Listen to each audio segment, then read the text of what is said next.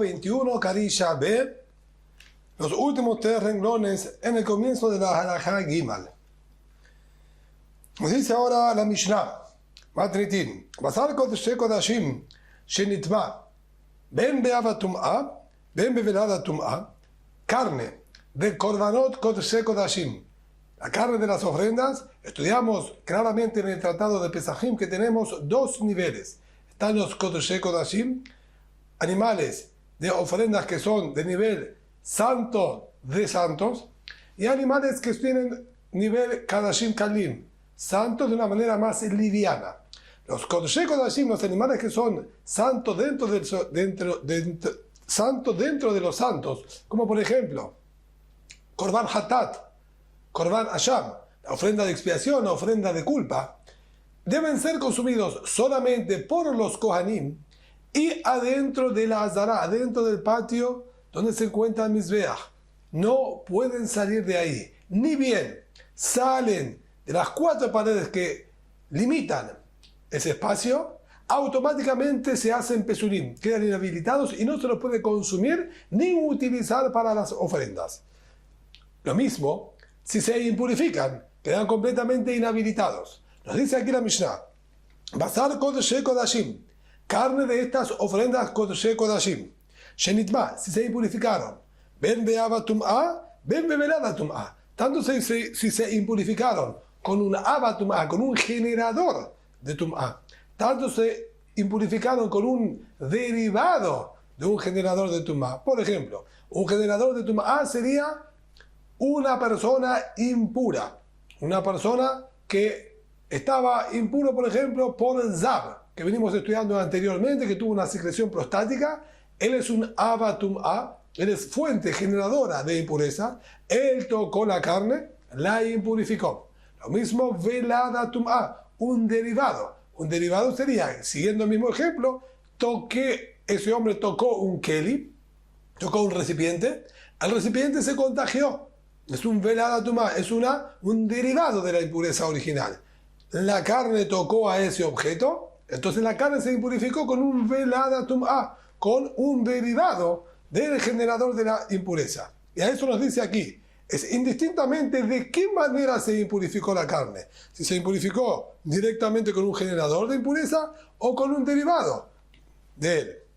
Ben Bifnim, Ben Bahut. Tanto si se impurificó adentro de la Azara, tanto si se impurificó afuera, es decir, equivocadamente, erróneamente alguien la sacó y se impurificó allí afuera, lo que indica que de acuerdo a la halajá, esta carne que se impurificó tiene que ser incinerada.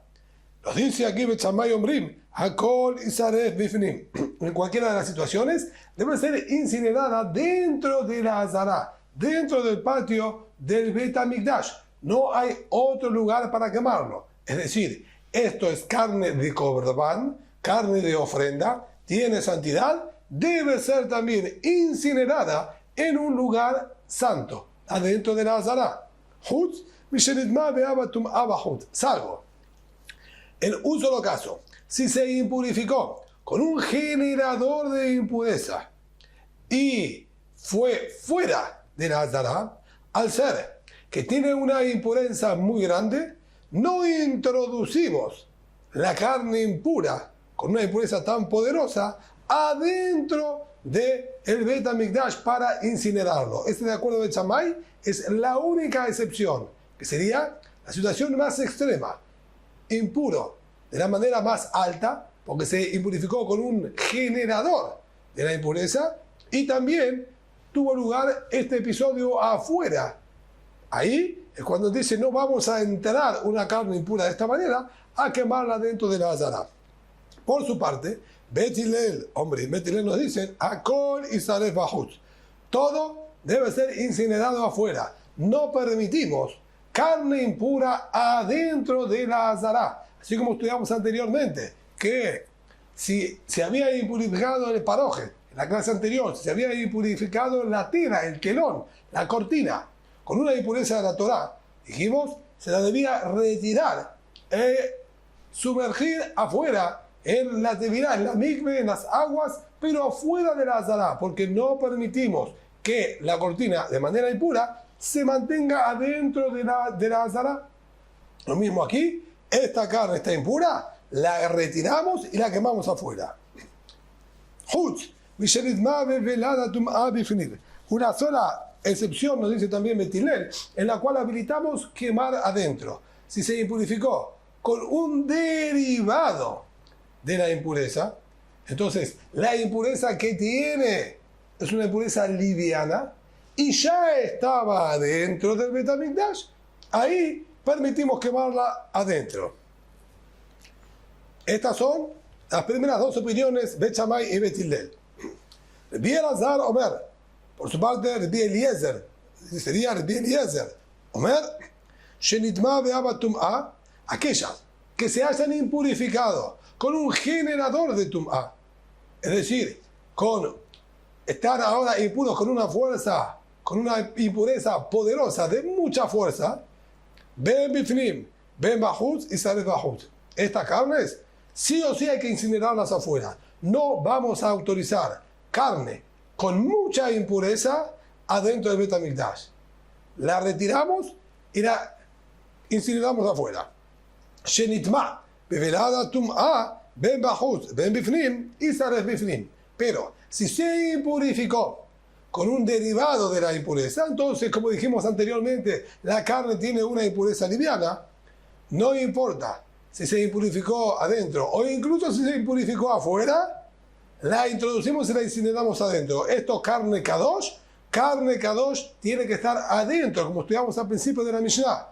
Son kodesh kodashim, no puede salir afuera, por más que está impura, al ser que es una impureza liviana, la introducimos y la incineramos adentro. Así estudiar bien y hacer. Rabbi Akiva Omer, Makom tum'ato sham serefato. Rabbi Akiva, cuarta y última opinión, es muy práctico.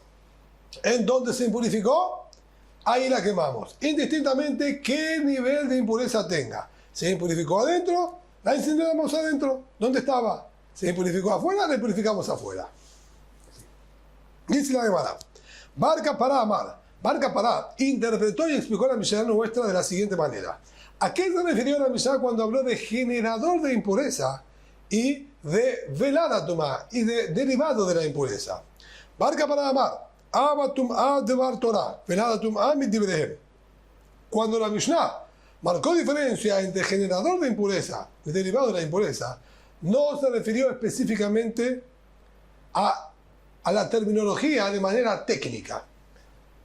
Aba tumá, generador de impureza. Puede existir generador de impureza de la Torah, como dijimos, un hombre que tuvo secreción prostática, un animal muerto sin haber sido degollado como corresponde, puede ser un reptil muerto, unos 8 reptiles muertos que dice la Torah, puede ser también un muerto. Todos estos son generadores de impureza de la Torah.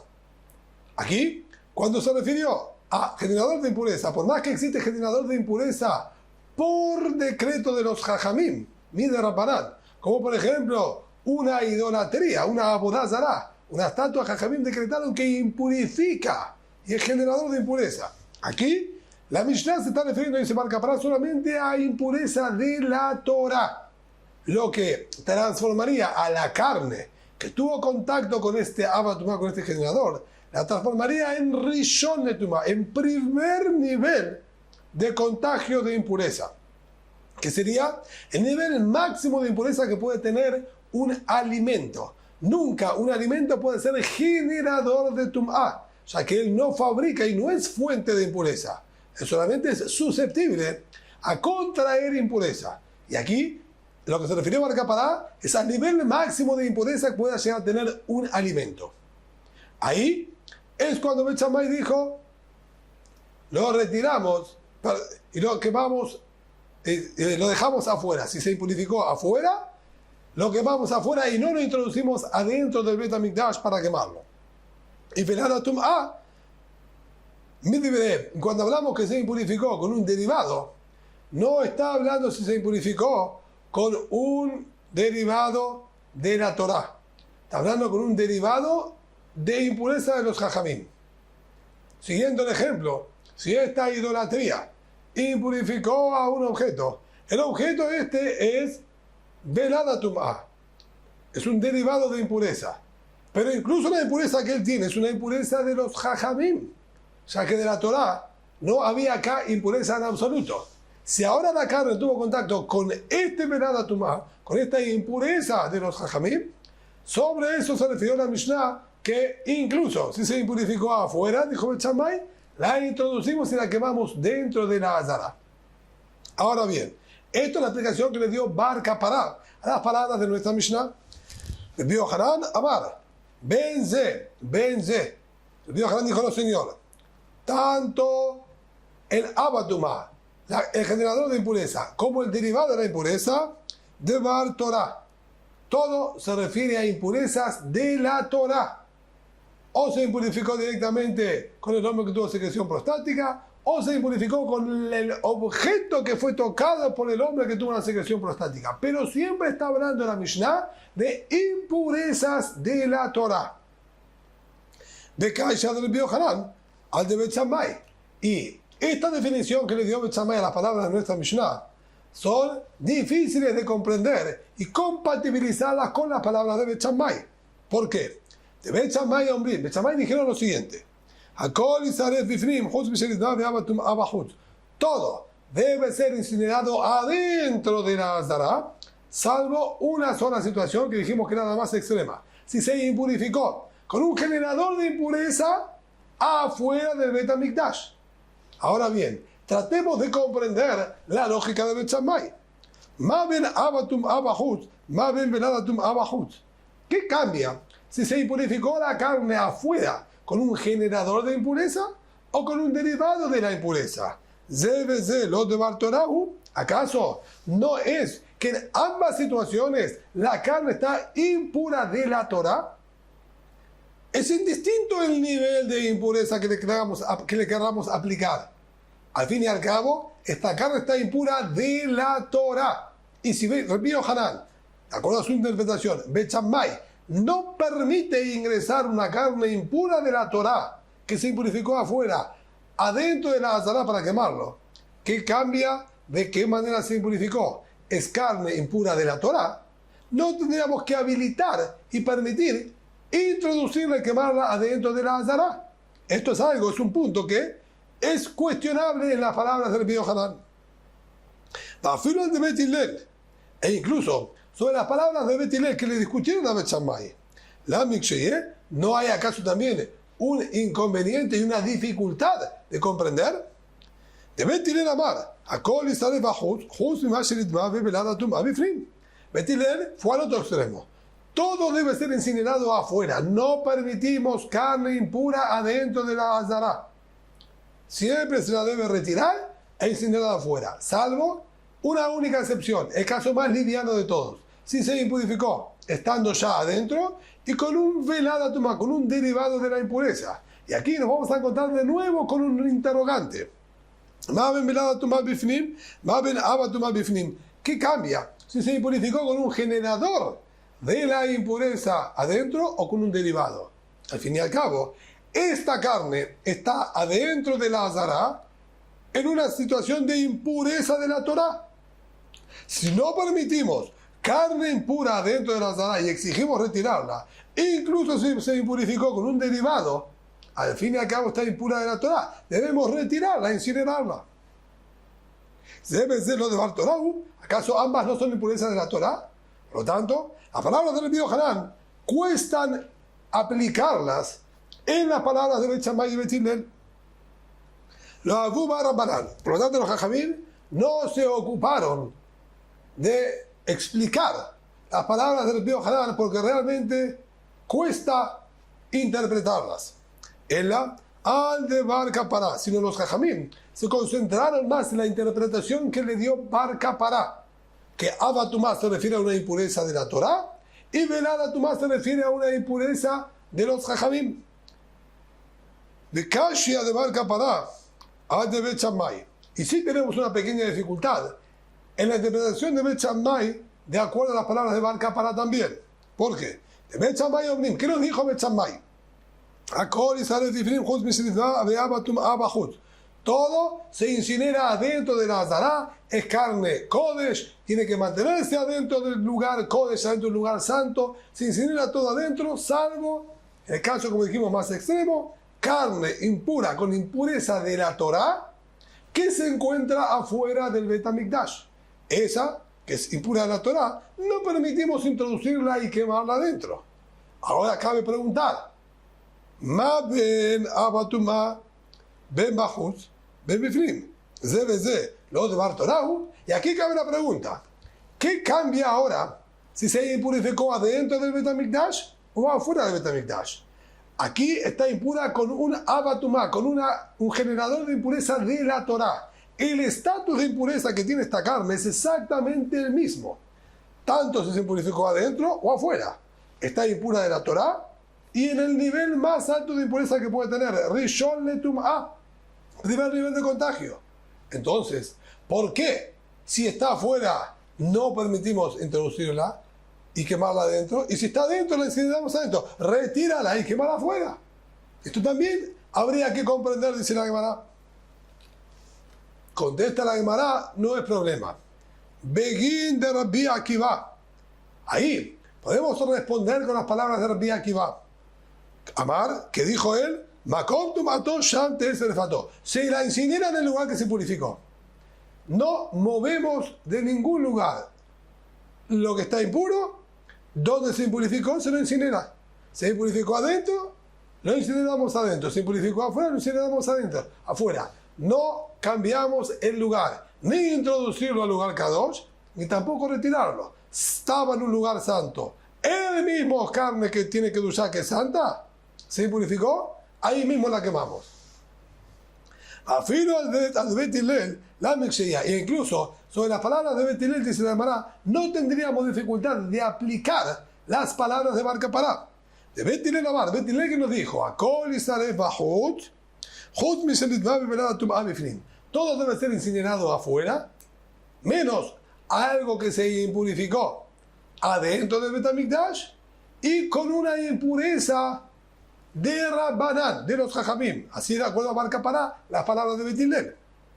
Ma ben velada tum'a, ben bifnim, ben bajut. Debe ser el hombre de. Y ahí cabería preguntar, ¿por qué hay diferencias si se impurificó adentro o si se impurificó afuera? Si esto, de acuerdo a la Torah, está puro, entonces, ¿por qué cuando se impurificó afuera no permitimos introducir la carne, que la carne sí tiene que duchar de la Torah? ¿Por qué no permitimos introducirla e incinerarla adentro? Begin de Rabbi Shimon. Amar, esto es porque tenemos otras palabras que nos enseñó Rabbi Shimon. Y aquí aplicamos la corrección del Gaón. Ma'achaló ma'ashkosher metzorah en medi'im gimal mahanot. Los alimentos y las bebidas del hombre que tiene tzara, del hombre que tenía las manchas blancas, que él debe vivir fuera de los tres campamentos. Debe salir de fuera del Bet HaMikdash, debe salir fuera de todo el predio del Harabait, del monte donde se encontraba el Bet HaMikdash, y debe salir fuera de Jerusalén. El Metzorah es el nivel de impureza máximo a nivel distanciamiento y alejamiento. No se le permite el ingreso ni siquiera a la ciudad de Jerusalén. Cuando él está afuera, también obviamente se tiene que alimentar. La comida y la bebida que él va a utilizar y él toca, automáticamente se impurifica. Dijo Rabbi Shimon, esas comidas y bebidas que fueron tocadas e impurificadas por el Metzorah, por el hombre con manchas blancas, no pueden, ni siquiera las comidas, entrar a Jerusalén. Quiere decir que Rabbi Shimon nos enseña el concepto que alimentos impuros no se los puede ingresar a un lugar puro.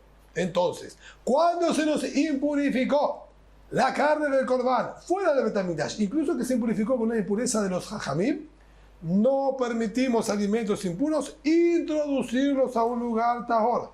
Por eso exige Bet Hillel que se lo incinere afuera. Pero si ya estaba adentro, nosotros no lo estamos introduciendo. Por eso, sí se puede incinerar adentro y no exigimos retirarlo del Bet HaMikdash. Esta sería entonces la explicación en las palabras de Bet Shammai y Bet Hillel de acuerdo a las palabras de Bar Kapará. Alajá Dalet. Matnitin. Y ahora sí, pasamos a la última Mishnah de este tratado, de este Masejet. Matnitin. Evarea Tamid. Cuando nosotros hacíamos la ofrenda del Tamid, la ofrenda vespertina y la ofrenda matutina, diaria, en el Bet HaMikdash, debían trozar, hacer que es un korban olá, una ofrenda de olá, una ofrenda íntegra, en la cual todas sus partes se queman para Borei Olam, salvo el cuero, que se lo descueraba previamente y quedaba luego para los Kohanim. Se tomaba el animal y se lo trozaba y se lo cortaba de una manera especial, muy específica, que la Mishnah en el tratado de Tamid y en el tratado de Yomá se dedica a explicarlo con detalles. El costillar derecho por un lado, costillar izquierdo por otro lado, pata trasera derecha, pata trasera izquierda, patas delanteras, cabeza. Estos trozos eran luego repartidos en base a un sorteo a los Kohanim que les correspondía hacer el servicio en ese día. O sea que no todos podían participar. Se hacía un sorteo en el cual participaban básicamente 12 Kohanim. Tomaban los trozos y los acercaban hacia el Mizbeach. Pero no los subían inmediatamente para quemarlos sobre el Mizbeach, sino los tenían que dejar apoyados en la rampa del Mizbeach. Y luego tenemos discusión si los mismos Kohanim venían a retirarlos, otros Kohanim los tomaban de ahí y los subían hasta la parte más alta del Mizbeach y los lanzaban para ser quemados. Aquí nos dice que cuando ellos tenían que colocarlos en la rampa del Mizbeach, había también un lugar específico para los distintos tipos de korbanot. Evarea Tamid, los miembros de la ofrenda diaria, Nitanim Mehatzi Kevesh Ulmata, debían ser colocados de la mitad de la rampa hacia abajo. El largo de la rampa eran 32 codos y el ancho de 16 codos. Ellos debían colocarlo en los primeros 16 codos de la rampa y del lado izquierdo, que sería del lado oeste, en la ubicación de los puntos cardinales.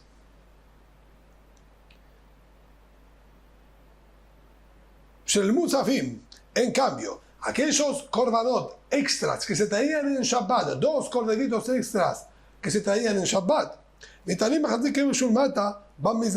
debían ser también colocados los miembros de ellos de la mitad hacia abajo, pero del lado derecho, hacia el este. Y en cambio, los miembros de las ofrendas de Orá, que aquí ya eran bastante más, eran 10 animales, traían 2 novillos, ¿sí? Un carnero y y 7 corderitos, todos también de ofrenda de Olá, íntegra para Borei Olam. Colocaban los miembros de todos ellos en el Karkov, que vamos a ver en la Gemara, que esto era en la parte más alta de todo el Mizbeach. Miren, Ma'alan, arriba de todos. Hashekalim, Beapikurim, Enam Nohagim, en la Bifnei Habayit. Y ahora, para cerrar el tratado, que comenzó con el concepto del Mahazita Shekel, del medio shekel que debían aportar todos los Yehudim año a año, nos dice, el din, la orden del Mahazita Shekel, no se aplica sino solamente cuando estaba el Bet HaMikdash. Lo mismo que los Bikurim, las primicias, las primeras frutas de las 7 especies que fue bendecida la tierra de Israel, de las cuales había que traer Bikurim, primicias al Bet HaMikdash, para luego entregárselas a los Kohanim. No era una ofrenda, era solamente un regalo a los Kohanim, solo que Borei Olam dijo que la persona tiene que traerlas al Bet HaMikdash y agradecerle a Borei Olam por la producción que tuvo. No se aplican en la Bifnei Habayit, sino solamente mientras estaba el Bet HaMikdash. Y tiene mucha lógica, ya que el Mahazita Shekel, como estudiamos, era para subvencionar los costos y gastos de todas las ofrendas que se tenían en el Bet HaMikdash. Si no hay Bet HaMikdash, ¿qué sentido tiene este dinero? Lo mismo los Bikurim, natural dijo, tienen que ser traídos al Bet HaMikdash. Lifnei Amonai lo queja, debe estarlo delante de Borei Olam al Bet HaMikdash. No hay Bet HaMikdash, entonces no hay Bikurim, porque no hay a dónde presentarlos delante de Borei Olam. Ahora, Maaser Dagan, Maaser Bema, Ubjorot, en cambio, sacar el diezmo de los productos agrícolas de nuestras plantaciones dentro de Israel. Lo mismo, el diezmo de los animales que nacen en nuestros rebaños, Ubjorot, y los primogénitos machos de los animales vacunos, ovinos y caprinos, no aquí ven bifnei bait, ven shalom bifnei bait. Eso es una ley que se aplica tanto estando el Bet HaMikdash como no estando el Bet HaMikdash. El diezmo no se llevaba como ofrenda, se entrega a los levín. El diezmo de los animales, nosotros tenemos que tener provecho de nuestros animales. El número 10 debemos también consagrarlo. El problema es que este animal consagrado, número 10, debería ser utilizado para ofrenda, cosa que no podemos hacer hoy en día. Por ese motivo la Gemara en el tratado de Julín y también en el tratado de Berajot, casi por el comienzo, nos dice, ¿sí? Beane tlat ilgeta nahage keane tlat sabe. En tres alajot específicas, una de ellas es esta, acostumbrada con la opinión que dice que hoy en día no separamos el diezmo de los animales para evitar problemas con la kedushá, la santidad que tienen estos animales. Pero de la Torá existe y se aplica hoy en día también esta obligación. Y la postura de nuestra Mishnah es que también actualmente se debe separar el diezmo de los animales. Lo mismo que los primogénitos. Shekalim, ubikurim, arez de kodesh. Y si actualmente una persona separó dinero para Mahazita Shekel, lo mismo separó las frutas como Mahazita Shekel, por más que dijimos que no se aplican en la actualidad, de todas maneras, si uno las apartó para esa finalidad, sí le recae la kedushá y va a tener que cuidarse de todas las leyes competentes a ese estatus de kedushá, de santidad, que le confirió a estas monedas o a estas frutas. El Bishimon Omer, Hamer Bikurim, Kodesh, Eran Kodesh. El Bishimon por su parte dice, no señor. Incluso, si la persona tomó las primeras frutas en la actualidad dentro de Israel, por ejemplo, un racimo de uva, y dijo, estas son las primeras uvas, las transformo y le doy santidad de Bikurim, no le recae en absoluto, ya que la Torá, cuando habló y dio la orden de Bikurim, dijo claramente, Lifnei Hashem, delante de Boreolam, estando el Bet HaMikdash, no hay Bet HaMikdash, no hay concepto de Bikurim en absoluto, y no le recae la kedushá, la santidad que la persona le quiso dar a estas frutas. Y nos dice la Gemara, es de un karkov, cuando hablamos con respecto a los miembros iterosos de las ofrendas de Rosh Hodesh, estas 10 que nombramos, la Mishnah dijo que debían ser colocadas en el karkov. ¿Qué es el karkov? Es de un karkov a Mizbeach. ¿Cuál es el karkov que tenía el altar? Amma ben keren le keren, makom iluch ragle kohanim. El Mizbeach, en su parte más alta, donde se encontraban las 3 fogatas, una para quemar las ofrendas, otra para un fuego eterno, que tiene que estar siempre encendido, y una tercera para tomar de ahí las brasas, para el ketoret, para el incienso. Esa parte era un cuadrado perfecto de 26 codos por 26 codos. En las 4 esquinas, en un cuadrado perfecto, y tenía que mantener esa simetría exacta, en sus 4 esquinas había una pequeña especie de torrecilla, unas esquinas elevadas, un amma, un codo más sobre todo el resto de la plataforma. Y un cubo de un amma por un amma, de un codo por un codo. La franja imaginaria que iría desde una esquina hasta la otra esquina no estaba apta para ser transitada, que caminen por esa los kohanim, sino una más, un codo más adentro. Es decir, nosotros ahora dijimos que teníamos 26 codos. Por 26 codos era el cuadrado total de la plataforma del Mizbeach. Al quitarle un codo de cada lado, ya que dijimos el grosor, el ancho de cada una de las esquinas era una más, y todo ese recuadro que está frente a las 4 esquinas no era apto para caminar. Entonces quitamos un amá de cada lado, nos queda un cuadrado de 24 amot por 24 amot, un cuadrado de 24 codos por 24 codos. Ahí, ese amá, ese codo de ancho, era para el tránsito de los Kohanim. Los Kohanim no tenían que caminar, sea para remover las brasas, sea para subir los trozos que se cayeron de la fogata, etc. Debían caminar por ese espacio. Ese espacio es el que es llamado Karkov. Y ahí es donde ellos debían colocar los trozos de las ofrendas extras que se traían en Rosh Hodesh. Esto es lo que dice Ma Ben Keren Le Keren, el codo de espacio que había entre, ¿sí?, las esquinas hacia adentro, Makom Miluch Ragle Kohanim, el lugar por donde caminaban las piernas de los Kohanim. Ahora, ya que la Mishnah nos habló, ¿dónde colocamos los miembros de la ofrenda extra de Shabbat, de los Musafim de Shabbat? ¿Y dónde colocamos los de los Musafim de Rosh Hodesh? La Gemara quiere analizar Musfe Shabbat, Musfe Rosh Hodesh. Si tuvo lugar Rosh Hodesh en el día de Shabbat, entonces vamos a tener que traer las ofrendas extras por Shabbat y las ofrendas extras por Rosh Hodesh. La pregunta es, mi Kodem, ¿cuál de las ofrendas extras se debe hacer primeramente? ¿Las de Shabbat o las de Rosh Hodesh? Obviamente no tenemos pregunta con respecto a la ofrenda diaria. O sea que sobre eso estudiamos claramente en el tratado de Pesajim que ninguna ofrenda se puede traer previo a la ofrenda matutina. Por lo tanto, la duda es entre la ofrenda extra de Shabbat a la de los Hodesh. Rabbi Yirmiyah Sabar Memar. Rabbi Yirmiyah pensó decir Musfe Shabbat, Musfe Rosh Hodesh. Cuando tenemos estos extras de Shabbat y Rosh Hodesh, Musfe Rosh Hodesh Kodmim. Los Musafim, los extras de Rosh Hodesh, deben ser traídos primeramente.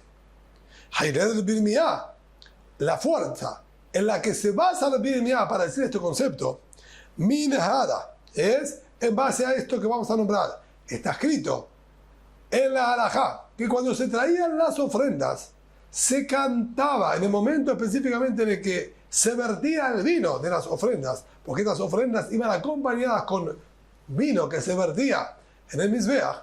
En el momento de vertir el vino, los Leviim entonaban un cántico a Boreolam. En los Hodesh había un Mizmor, un salmo específico vinculado con los Hodesh. En Shabbat había un canto específico vinculado con Shabbat. Está escrito Shirosh en Shabbat y Shirosh en los Hodesh. Cuando tenemos los Hodesh que cayó en el día de Shabbat, tendríamos que entonar ambos cánticos. Shirosh en los Hodesh, Kodem, está escrito, el cántico de los Hodesh tiene prioridad. Y primeramente van a cantar y entonar las melodías de los Hodesh y posteriormente las de Shabbat. Bajo esta máxima, dijo el Yirmiyah, lo mismo con respecto a las ofrendas. Traeremos primero las ofrendas de los Hodesh y luego la ofrenda de Shabbat. Sin embargo, el Biosí dijo, Shani, es distinto. No está bien la comparación que tú estás haciendo. Es verdad que con respecto a los cánticos priorizamos a los Hodesh, pero ¿sabes por qué? Shani ahi, tan mal, ahí es distinto. De Amar Biahiyam Shem Rabbi Yohanan, que de le farsemó, un jodía Shehuros Hodesh. Ahí nosotros tenemos una intención muy clara y específica.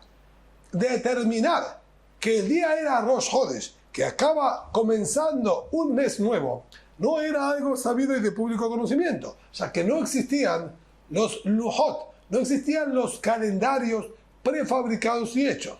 No por no tener la capacidad técnicamente de hacerlo, sino porque sencillamente era imposible. La determinación de Rosh Hodesh, determinar que comenzaba un mes nuevo, dependía exclusivamente de ver la luna nueva. Todos los meses deberían ver 2 testigos mínimamente la luna nueva y acercarse al Bet HaMikdash para testificar y testimoniar que vieron la luna nueva. Y recién ahí el Bet Din, el tribunal, podía dictaminar y decidir que es Rosh Hodesh, que es hoy el primer día del mes. Muchas situaciones, si estaba nublado, no lograban este testimonio y el mes tenía un día más. Por eso nosotros encontramos meses de 29 días y meses de 30. Entonces, cuando era el mismo día de Rosh Hodesh, la gente no sabía. Podía suponer, quizás hoy es Rosh Hodesh, 29 días seguro que tenía que tener el mes. Cuando llegaba el día 30, era un día dudoso. Hoy será día 30 del mes anterior, o lo transformarán en el primer día del mes siguiente. Entonces el Bedín, el tribunal, debía difundir esta información. Cuando Rosh Hodesh tuvo lugar en Shabbat, intencionalmente anticipaban el cántico de Rosh Hodesh para llamar la atención y que inmediatamente se propague la información que hoy era Rosh Hodesh. Por eso los cánticos tenían prioridad. Pero las ofrendas vamos a hacer primero la de Shabbat y luego la de Rosh Hodesh. Salteamos la frase esta, un poquitito, bajamos al renglón de abajo. Beramajá, las últimas 5 palabras. Beramajá. Pero aquí, con respecto a las ofrendas, Musfe Shabbat, Musfe Rosh Hodesh. ¿Qué ofrenda hacemos primero, la de Shabbat o Rosh Hodesh? Musfe Shabbat Kodmim. Los corderitos de Shabbat tienen prioridad. Hashem Koratadim Hameró, Kodemet Hameró. Bajo la premisa que se encuentra a lo largo de todo, ya si la estudiamos también en el Tratado de Pesajim, lo que es más frecuente tiene prioridad. Shabbat son 4 veces al mes. Rosh Hodesh es una sola vez al mes. Shabbat incluso puede llegar a haber 5 veces en un mes. Por lo tanto, es mucho más frecuente el Shabbat que el Rosh Hodesh. Lo que es más frecuente tiene prioridad. Por lo tanto, vamos a hacer primero las ofrendas de Shabbat y luego las ofrendas de Rosh Hodesh. Y aquí debemos agregar la frase que salteamos, como nos dice la Gra, el Gaón. Entonces, ¿cómo se hacía en la práctica? Shohet Musfe Shabbat, de Omer Aleem, Shirosh Rosh Hodesh. Degollaban primero las ofrendas del Shabbat, los korbanot extras musafim de Shabbat, vertiendo el vino, entonando los cánticos de Rosh Hodesh. O sea que primero las ofrendas que hacemos, los korbanot que hacemos eran los de Shabbat, pero los cánticos se entonaban primero los de Rosh Hodesh, quedando esa combinación de una ofrenda con un cántico que corresponde a la otra ofrenda, justamente para llamar la atención y que quede bien claro y notorio que hoy era Rosh Hodesh. Volvemos ahora a lo que dijo nuestra Mishnah. Shekalim, Ubikurim, Bejule. La Mishnah nos dijo que la mitzvah de Mahazit HaShekel de los Bikurim solamente tiene lugar en la época que estaba el Bet HaMikdash, no actualmente. Ahora, dijo Rabbi Shimon que hoy en día los Bikurim, incluso si la persona los apartó y los denominó como Bikurim, no le recae en absoluto ningún tipo de santidad. O sea que no existe el concepto de Bikurim sino el Bet HaMikdash. Shekalim, Kalsu. Pero se entiende que de acuerdo a Rabbi Shimon, los Shekalim, el Mahazit HaShekel no funciona de esa manera. Si una persona hoy en día toma el dinero y lo consagra como Mahazit HaShekel explícitamente, sí le va a recaer la santidad de Mahazit HaShekel. Solo con respecto al Bikurim no. Como dijimos, porque el Pasuk dice claramente tiene que ser delante de Hashem. Con respecto a Mahazit HaShekel no figura que tiene que ser delante de Hashem. Por lo tanto, si bien no lo aplicamos hoy en día al no tener Bet HaMikdash y no poder darle su uso, pero si lo consagramos, sí recae la santidad. Sin embargo, Rabbi Shimon ben Yehuda, Rabbi Shimon ben Yehuda, Rabbi Shimon, por su parte, Rabbi Shimon ben Yehuda, en nombre de Rabbi Shimon, discute con lo que está escrito en nuestra Mishnah. Y él dijo, Ben Elu, la calce. Tanto el Bikurim, las frutas de las primicias, como la moneda de Mahazit HaShekel, incluso que uno le dé explícitamente la santidad, no le recae actualmente la santidad a ninguno de los dos. Tandem. Estudiamos por otro lado.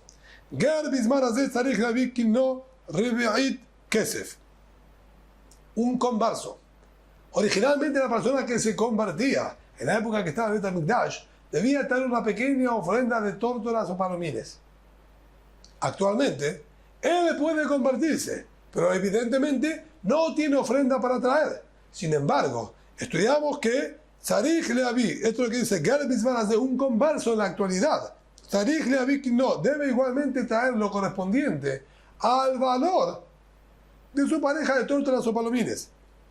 Debe oír que sería un cuarto de la moneda de cera original, que es el valor mínimo para costear la pareja de tórtolas o palomines. Y si bien es verdad que hoy en día con ese dinero no vamos a comprar ninguna torta de palomín porque no tenemos Bet HaMikdash para realizarlo, sin embargo, el dinero ya debe quedar consagrado para que cuando se construya el Bet HaMikdash lo utilicen inmediatamente.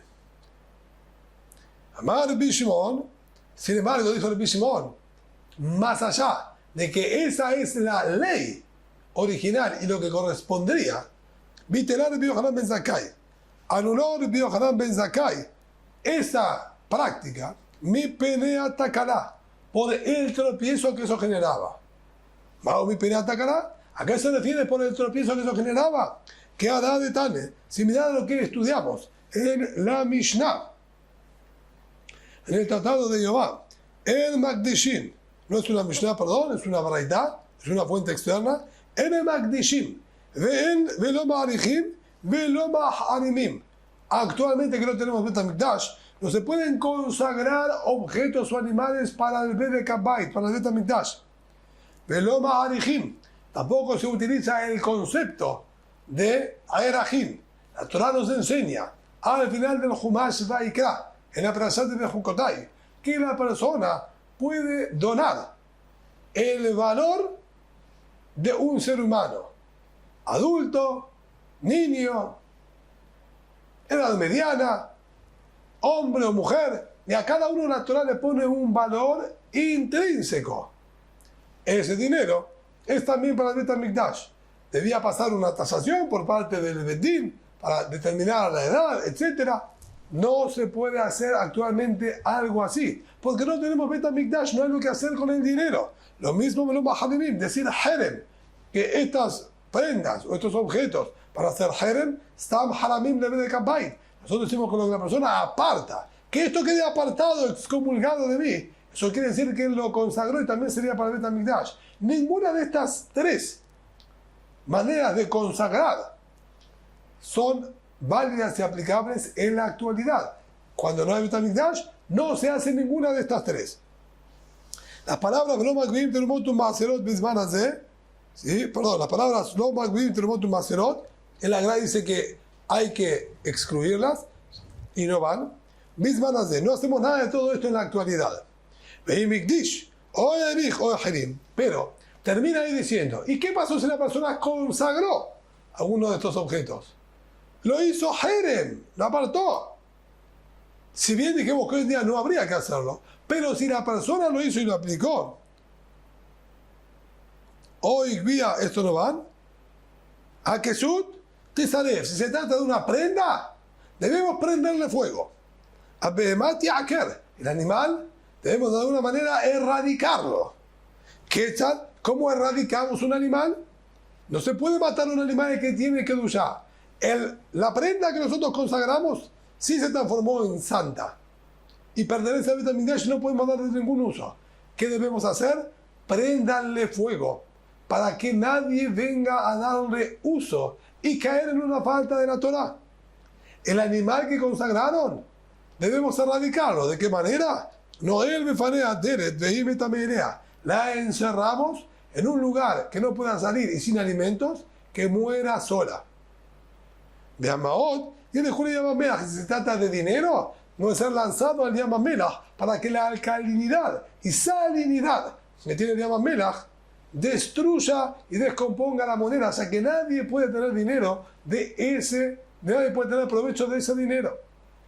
Entonces vemos que si bien no se lo podría consagrar, pero si lo consagraron, le recae la santidad y debemos cuidarnos de no darle ningún tipo de uso, y por eso lo que aconsejaron es que si pasó, erradicarlo. Vino entonces Rabbi Yohanan ben Zakkai y dijo: Señor, el converso corresponde que separe el dinero para sus parejas de tortas o palomines. Eso es lo que corresponde en rigor, pero que no lo apliquen en la práctica, porque si hoy en día lo van a aplicar, realmente el dinero ese queda consagrado y no se puede tener ningún provecho, van a venir a utilizarlo. Y lo que vamos a tener que hacer es lanzarlo al Yam HaMelach, para evitar ese inconveniente, que no separen absolutamente ningún dinero. Esa fue la takaná que hizo Rabbi Yohanan ben Zakkai.